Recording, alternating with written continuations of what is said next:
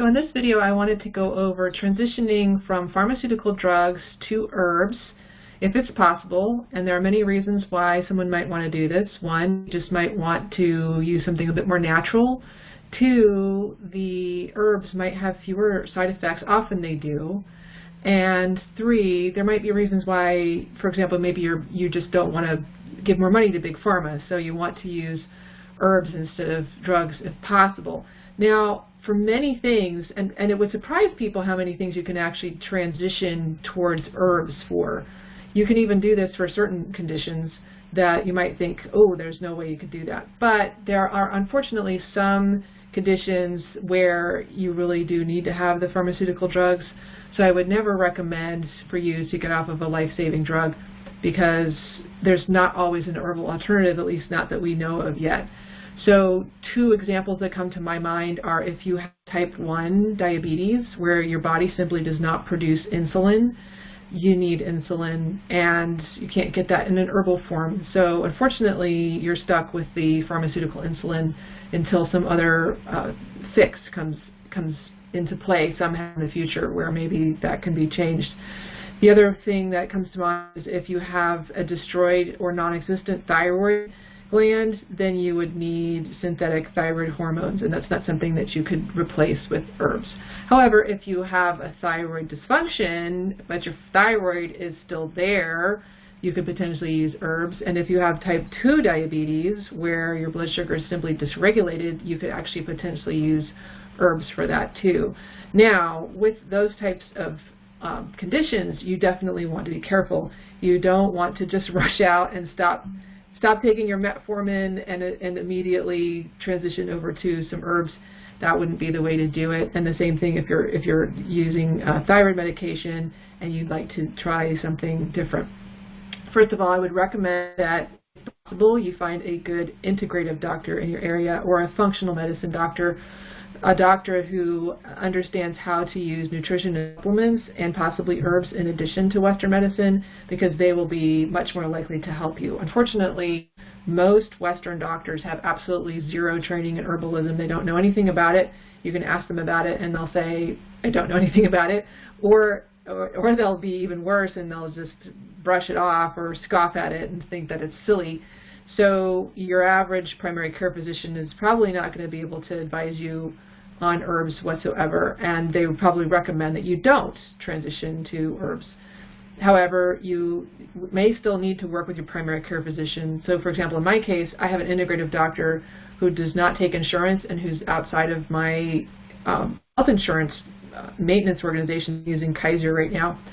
So they're outside of Kaiser, and even if I had other health insurance, they don't take health insurance because they just realized it was hampering them from giving the kind of care that this doctor wanted us to give. So I pay out of pocket for my integrative doctor's consultations, but then I also have a primary care physician through Kaiser. And if I need tests done, I will get them done through Kaiser if I can. There are occasionally times where I'll need to get a test that Kaiser doesn't offer.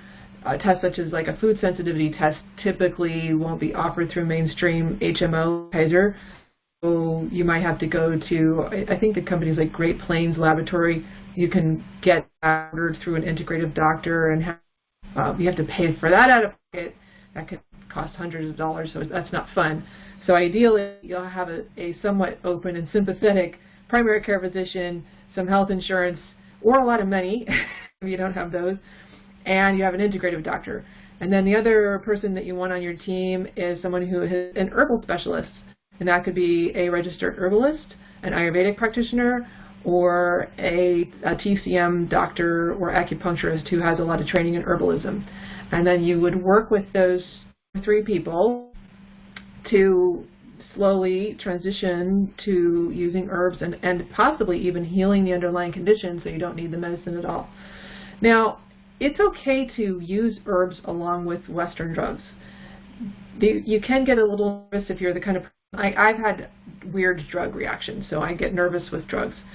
But that said, I still use them when it's appropriate to use them. I don't just use herbs, even though I'm an Ayurvedic practitioner. I'd prefer to use herbs, but sometimes using the drug is simply easier, more convenient, and it just makes more sense. So, for example, and here's actually a personal example of where I am going to be doing this transition myself. And even though I'm an Ayurvedic practitioner, I'm going to be working with my own Ayurvedic practitioner and my integrative doctor, as well as my OBGYN, because I want to transition from using synthetic estrogen replacement or hormone replacement therapy to not using it.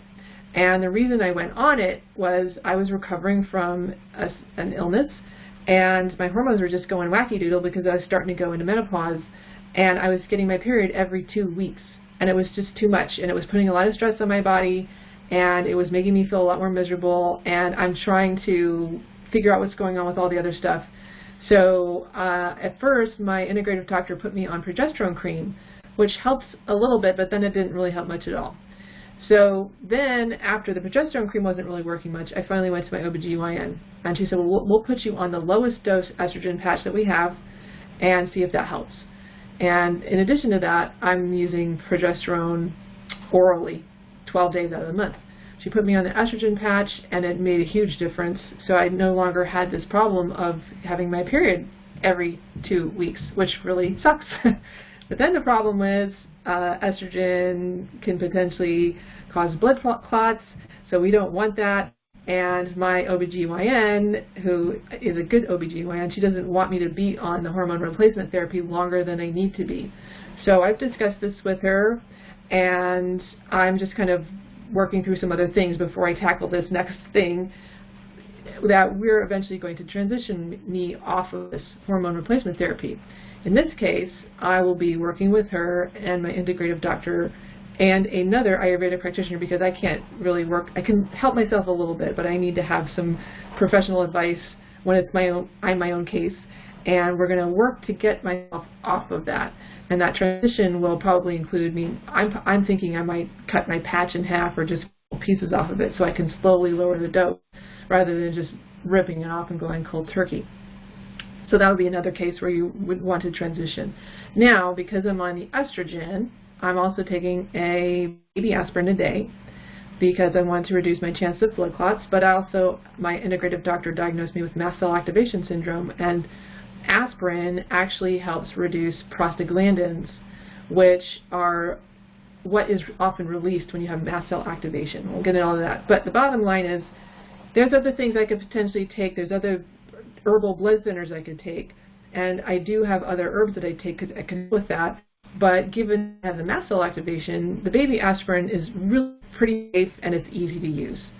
So that is where I'm kind of making a choice to use the over-the-counter medicine as opposed to use the herbs, because I'm already using a lot of other herbs.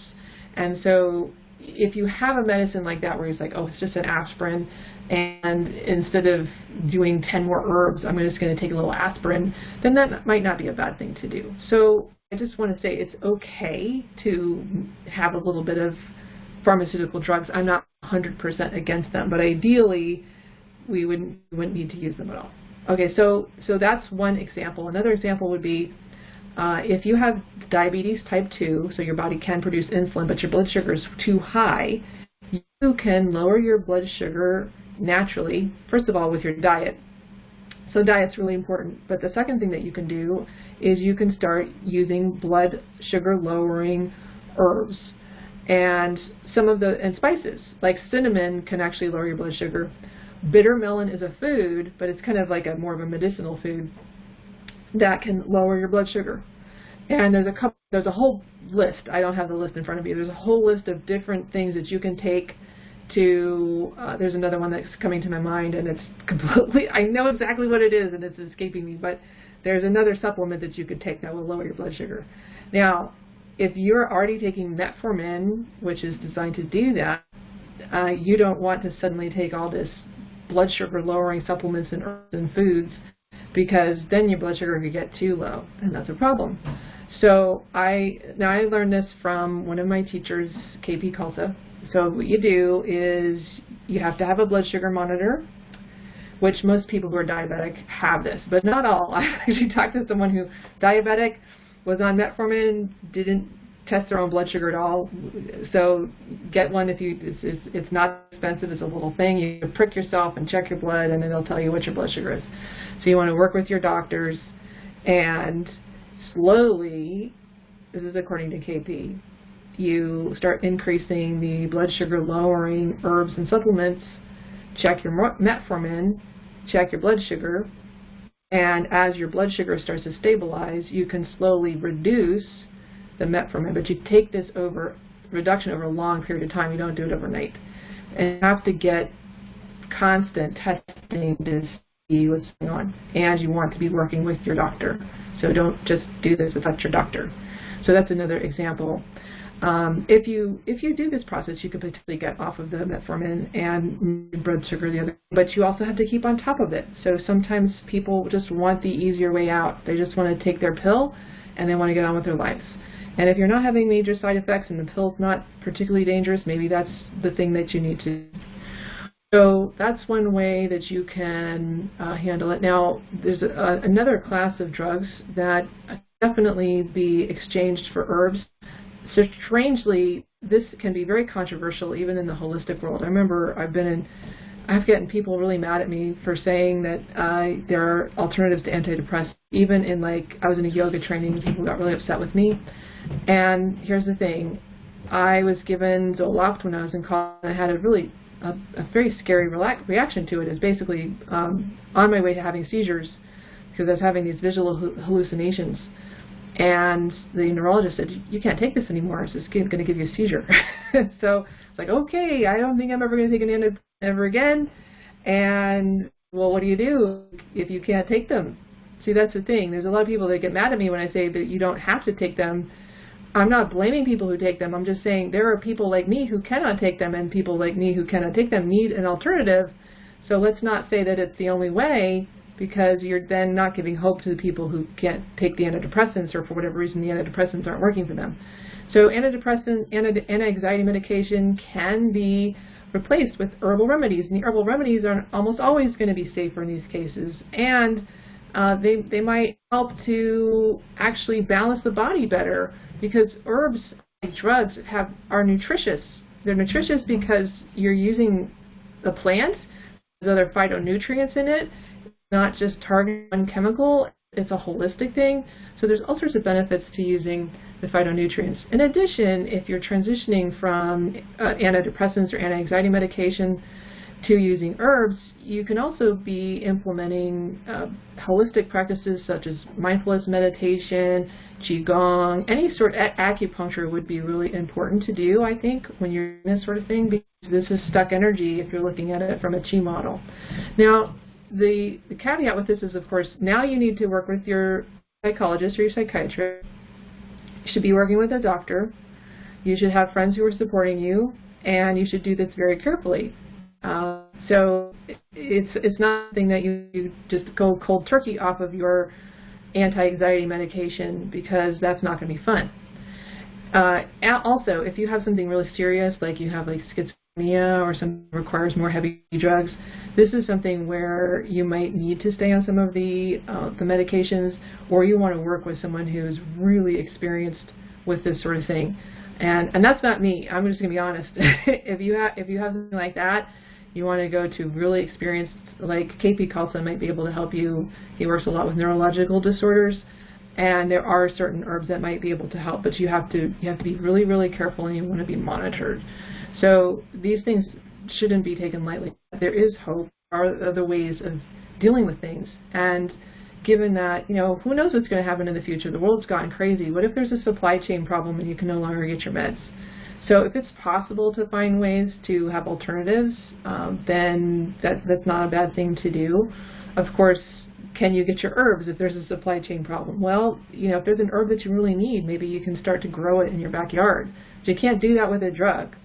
So that's just some of the ways that you can transition, some of the things that you can do to transition. I only just touched on some major things.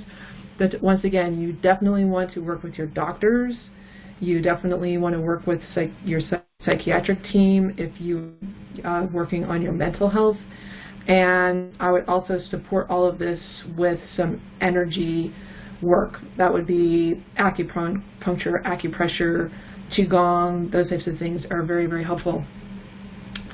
So there's one other thing that I want to say about all this, and that is sometimes when things in our body aren't working right and we really want a change, let's say you do have type 1 diabetes and there's really, you have to take the insulin. What do? You don't have a thyroid anymore. What do you do?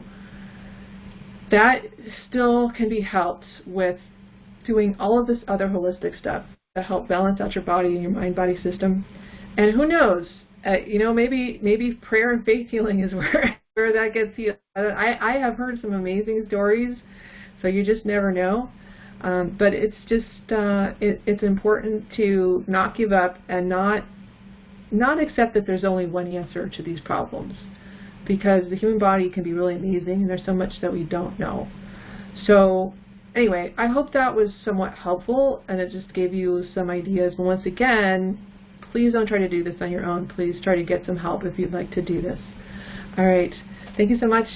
I hope this was helpful. Bye-bye.